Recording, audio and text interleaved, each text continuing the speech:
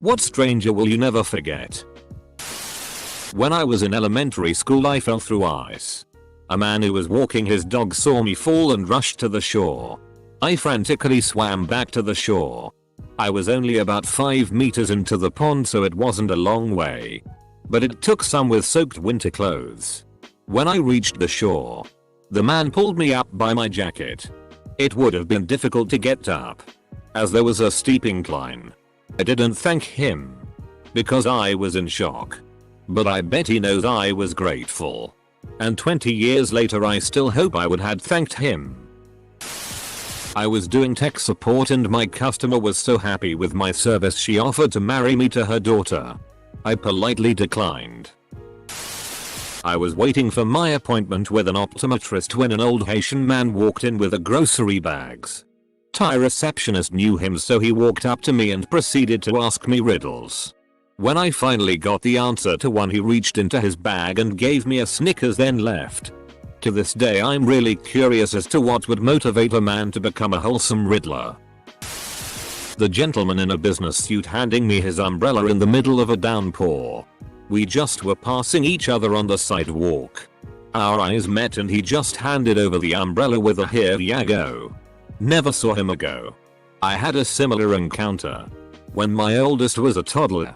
He went to daycare in the downtown area of our city. We took the bus, then the subway, and then walked to daycare. Didn't have a car. Then I'd get back on the subway for a few stops to go to work. One afternoon, it was pouring. I'm by myself, holding a 2 euro, his backpack, my work bag, and trying to book it 4 city blocks to the subway station. No hands left for an umbrella. A businessman, proper high-priced lawyer, based on the area, walked us all the way to the entrance of the subway station, holding an umbrella over us the whole time. I encountered a lot of nastiness commuting with a kid that year, but we also met with random kindness from strangers too. The foreign exchange student and his parents who walked past my park bench on campus and dropped his passport. I chased after them to return it and his mom started screaming at me in broken English like, "Why you have his papers? Why you steal his papers?" While the kid and his father looked like they were going to die from embarrassment. An Irish guy, not in Ireland, who spoke with such a strong accent that I couldn't make out a single word. To this day I question whether it was just a prank. I was on a tram and I didn't have a ticket and the ticket inspectors came on. I got asked to have my ticket seen and I said I couldn't find it on me, and he said he'll come back so I can look for it. There was a stranger sat on the seat behind me who had a ticket. He gave it to me and he got off at the next stop. Guy gave me his ticket so I wouldn't be issued a fine. I am a ticket inspector and believe me, we know people are doing this. And if I turn around, I do it so you can get the stranger's ticket. I was at a pool bar at a resort in Jamaica. A British lady next to me asked me the most random question, which turned into a nearly 3-hour conversation. The question: what is a redneck? It was a lot more difficult to explain than I thought it would be. I didn't realize that was an unknown concept to a lot of Brits. I used to walk to school at around 7:30 am every morning during high school. Each morning through 9th and 10th grade. I used to pass an old Asian man in a sweater and sweatpants. He used to jog every morning, and we would always briefly see each other at the exact same time. Eventually we were familiar with each other and we would exchange good mornings and a smile, and carry on. The last time I saw him was at a supermarket, and it had been quite a while since I had seen him during my walks to school. When we made eye contact, he got so happy and smiled and waved and introduced me to his wife. She was just as kind as he was.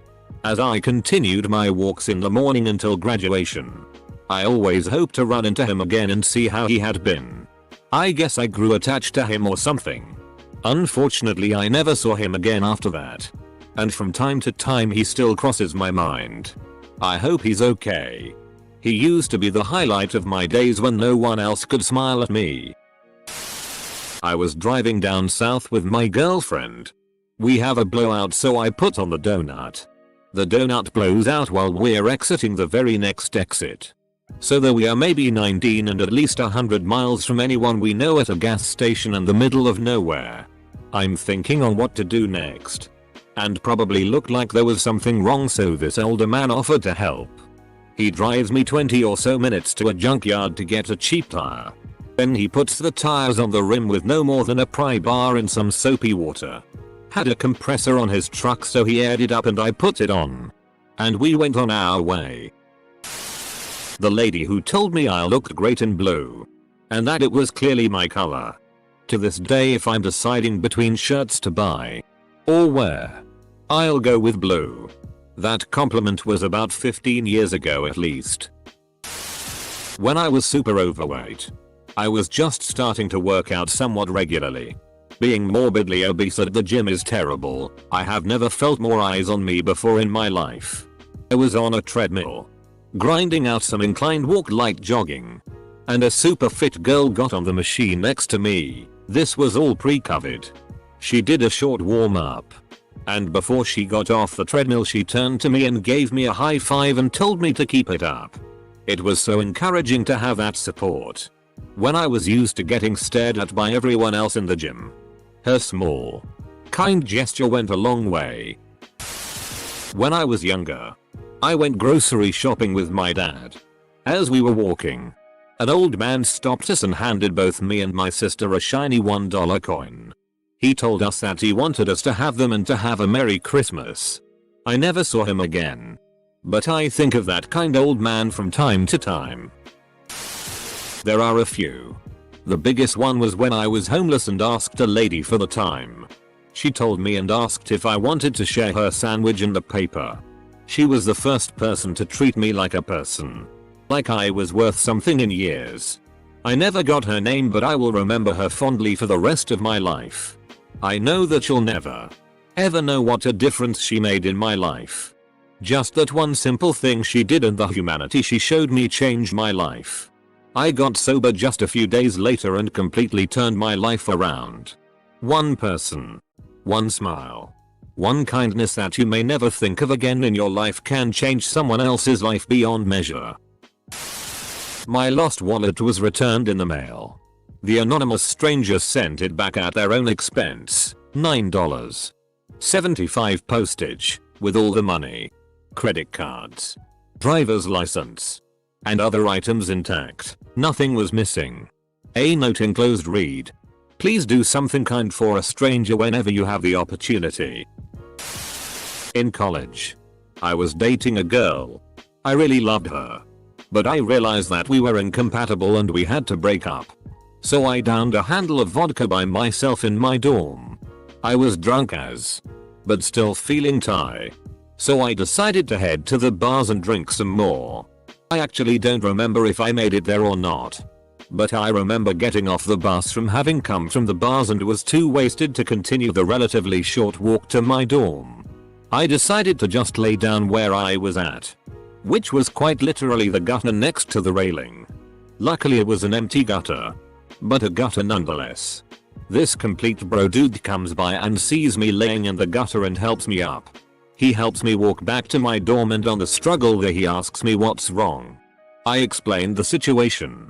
I don't remember much of anything from the conversation, but I do remember him saying something to the effect of, "Bro, your problems aren't gonna be solved at the bottom of a bottle." Took a train to Nick by myself for the first time. I was 18. Second time to Nick. First time ever on a train. I told the kiosk lady that I'd never been on a train before and asked if she might give me a quick rundown of what to do. Another train station employee was nearby and was so interested and amused that I was taking a train for the first time and was alone. He walked me through what to do, down to the smallest detail. No judgment. No meanness. He was just a guy with a silly disposition, delighting in a young person's naivety, breaking up the doldrums of his week. I aspire to be that way when people ask me for help. Thanks. Frank P. You were a peach. I was in the university library with a really bad cold. Super tired and wanting to go home, but desperately studying for my upcoming exams really late at night. I thought I was alone. But a stranger came by my desk with an unopened pack of strepsils. He then told me my health was the most important thing I would have on this earth and walked away before I could process what had just happened. I wanted to thank him for his kindness, but I never saw him again. I was fiddling with my camera on a train platform in Melbourne, Australia, trying to take an artsy shot of the trains or something. I noticed through my viewfinder a guy about my age, early 20s or so at the time, full on flipping me off on the train on the opposite platform. I lowered my camera, laughing, and flipped him off back. He laughed. The train started to pull away, and I waved, and he waved back. Australia. My dad is a truck driver. At the time he was probably about 55-56. It was a long time ago, I can't remember, and we were waiting for a train to pass. So there was then this black guy that looked rather homeless, and he knocked on the glass of our truck and he said something along the lines of, "Can I give you something for your grandson?" And pulls out this model freight train. I was by myself in a restaurant bathroom with my screaming newborn baby. As his cries intensified, I started to crumble, knowing that we somehow had to walk all the way through the massive restaurant as the bathroom was tucked away in the back. A woman close to my age walked in. I apologized for the crying, and she immediately smiled and responded with, "Don't even worry about it." On her way out, she walked up to me and my baby and asked if this was my first. I responded with a yes. She was not a mom herself, but immediately became empathetic to my situation. After a few minutes of conversation, I told her that I was nervous about walking my crying baby through the busy restaurant. She looked at me and said, "Let's get you out of here." She then opened the door and walked behind me, softly rooting me on all the way back to my table. She had no idea how much I needed her in that moment, and I'm forever grateful. My son was a week old and had to go to the doctor. I had severe early onset postpartum depression, and I hadn't slept more than an hour at a time since his birth. I locked my keys, phone, and son in the car. This incredibly wonderful older couple calmed me down, called CAA, parked beside my car and sat with me until the tow truck came and unlocked the car. The tow driver refused payment. I will never forget those three people. When my wife and I first started dating, we were walking into a Trader Joe's holding hands. This elderly woman looks at us and says rather loudly, "Cute couple alert." My wife and I still laugh about it. It's been 12 years at least. I was walking on the street and a person came to me and said if I had any money. I gave him some. He looked at the money, told me it was sinful, and returned it to me. It was really weird. The money was my hard-earned money. Was on a solo trip to Amsterdam last year, partying it up as one does. Was at a bar having a few drinks, and a gorgeous British woman a seat or two over from me, mid-20s, grabs my arm. I'm a very gay looking man, by the way, and starts going on about how good it is to see me. I got the hint and noticed an older guy bothering her and her friend. Played along with them as their long lost BFF until he left. We ended up spending the rest of the night bar crawling and getting trashed together. Having the best time. I'll never forget you. I'm a small lady and was at a thrift shop once, and a homeless man was following me and was asking to touch my hair. A stranger man came out of nowhere and said, "Ready babe? Let's go check out." He walked me to the door and we went our separate ways. Real hero right there. Few years ago, I was stopping at a red light and there was an old man selling candy. He approached my car and I was ready to tell him I didn't want anything, but he motioned me to roll my window down, gave me a lollipop and some gum, and said to the beautiful young lady, "Never forget you're a star," and walked away before I could say anything. Needless to say, he brightened my day. Now, whenever I'm sad, I think about that man telling me I'm a star. Never fails to cheer me up. A little old Jamaican man came into work and gave me a rosary. He doesn't know me, but he told me he thought I could do with his prayers. I'm agnostic, but I put that rosary on my name badge, and when times are hard and customers are abusive, I play with it. It doesn't remind me that God is watching over me, but it does remind me that there is some good left in humanity. A man at Walmart around the holidays a few years ago paid our bill of over $200. It was at a time where we were struggling to make ends meet. So the timing could not have been any better. When I was at a bus stop once about 4 or 5 years ago, a nervous looking man asked me what time his bus came and informed me he was going for an interview. I told him the time, wished him luck, and then my bus came and I never saw him again. The reason he stuck out to me was because he reminded me of that part in Roald Dahl's The Twits, where he said that even if a person is ugly, if they think happy thoughts, the happiness shines out of their face and they will always look lovely. This man was extremely ruddy, had a large moustache and very large teeth, but he was so polite that his positivity shone out of him. The woman who pulled over in the pouring rain and talked me down off the railing of a bridge over a Florida highway when I was 18. She looked like she had just left a business meeting, but she stayed with me for probably an hour. No umbrella, no raincoat, car still running, listening to me, offering words of encouragement. She truly believed that God had a plan for my life and it wasn't supposed to end that night. She finally convinced me that suicide was a permanent solution to a temporary problem. I'm 51 now. I still haven't figured out what God's plan is for me, but I'm starting to believe she was right. I was in the laundry with my dog and an old man with his dog approached. Our pets met and the man said, when Jesus said love your neighbor as you love yourself. Only the dogs understood it. After that we had a small chat. Then he left and I have never seen him again. A prisoner on a Greyhound bus. There were 2 of them, but I remember one specifically. Apparently, they send prisoners who are transferring from max to minimum security on Greyhound buses. They didn't have a guard or anything. And from what she said, they had no motivation at all to run. She had already served 5 years and only had 6 months left. She tried to run. She would serve at least 10 more years. I was 17 and pregnant, and completely broke. I was starving and scared. My life was in shambles, and everyone in my family had abandoned me. She bought me food and was kind to me. She was old enough to be my mother, and I really wished she was. She didn't judge me. She just bought me food and drinks and offered kind words. I really wish I could find her and repay her kindness. A translator I met in Iraq. He had worked with the Red Cross through the Balkan Wars of the 90s and had been taken prisoner half a dozen times. The last time, he was beaten so badly that the nerve damage cost him the use of his right arm. It was 90% immobile. After 10 years without the use of his right arm, a surgeon offered to operate on him, with the understanding that if he failed, they would just amputate. So he went under the knife, not knowing if he would wake up with a working arm or a stump.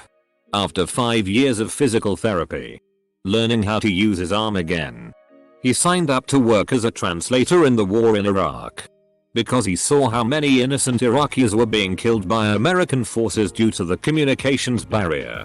When I met him, he had been there for 3 years, while his wife and 2 kids were in America. I always try to be a good person, but I know I'll never be as good as that. A fine young man on the bus I took to Orlando. So SI.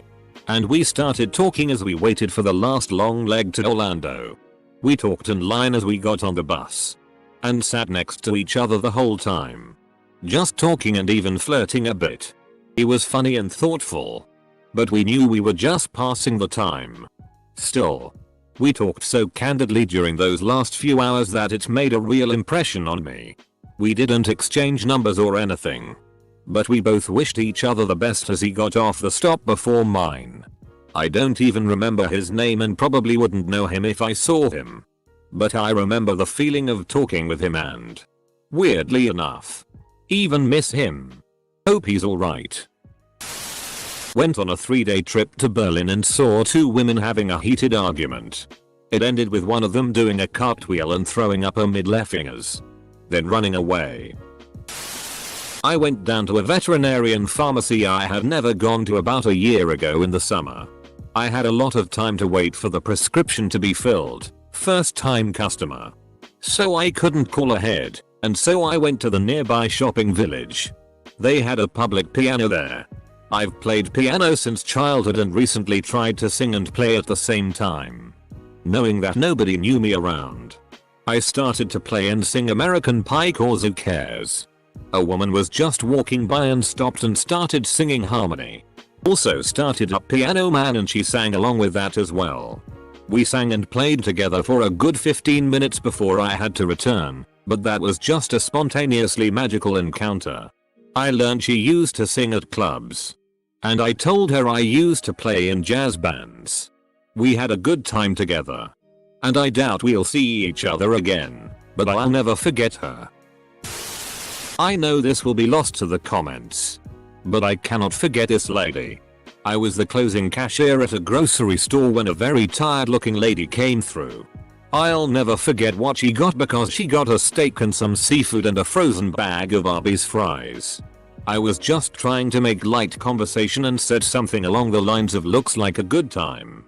And she just in a hollow voice told me that it was the first thing she was going to eat in days because her son had just passed away and this is a meal he would have liked. I talked to the lady and found out more about her son. He was around my age and had died of cancer. She went on her way but would come back to my register when I was working. When I left, I told her it was my last day and she asked me for a hug. Never saw her again but I think of her when I see Arby's fries and hope that she is doing okay. I was in my freshman year of college and while alone in my dorm room a light fixture fell on my head giving me a concussion and a major gash. After being taken to the hospital and getting 10 staples in the scalp and simultaneously being diagnosed with a raging UTI, I was dumped in the parking lot with glass in my hair and blood covering my face and 15 miles away from the campus at 2 AM. This was before Uber and I didn't know who I could call to help me. A female cop drove by and offered to take me back to campus. Along the way she stopped at a CVS and paid for my prescriptions out of her own pocket. Once back at campus she made sure I got back to my room and let my RA know what had happened and to keep an eye on me. I truly don't know what I would have done without her. I was freshly 17. New to the area. It was very rural. I didn't have my wallet. And I was bleeding and concussed. I will forever be grateful for her help. The guy that helped me the first day of my internship to find my building, get my ID and all without even asking him, and a girl that was looking for me the day I accidentally dropped my passport in the airport's restroom. Back when I was like maybe 6 or 7 years old, me and my big bruh, maybe 10 or 11, were out playing and saw this cat that was being thrown around by some other kids. We took that poor cat away from the kids and with the help of 2 other girls we went around asking people if they wanted the cat. It was a stray in pretty bad condition. We were running out of people to ask until we found a woman who took the cat. The woman said that her cat had recently died and that she was still mourning its death. Was in a Las Vegas Italian restaurant. When the waiter comes and brings food, talk about how good the food is. Note I was 7. We start talking. Learn her husband works as a journalist. Says she hasn't met a kid or person as nice as me that day. Give me a free dessert because of how nice she was and cause I complimented the chef. Best day of my life.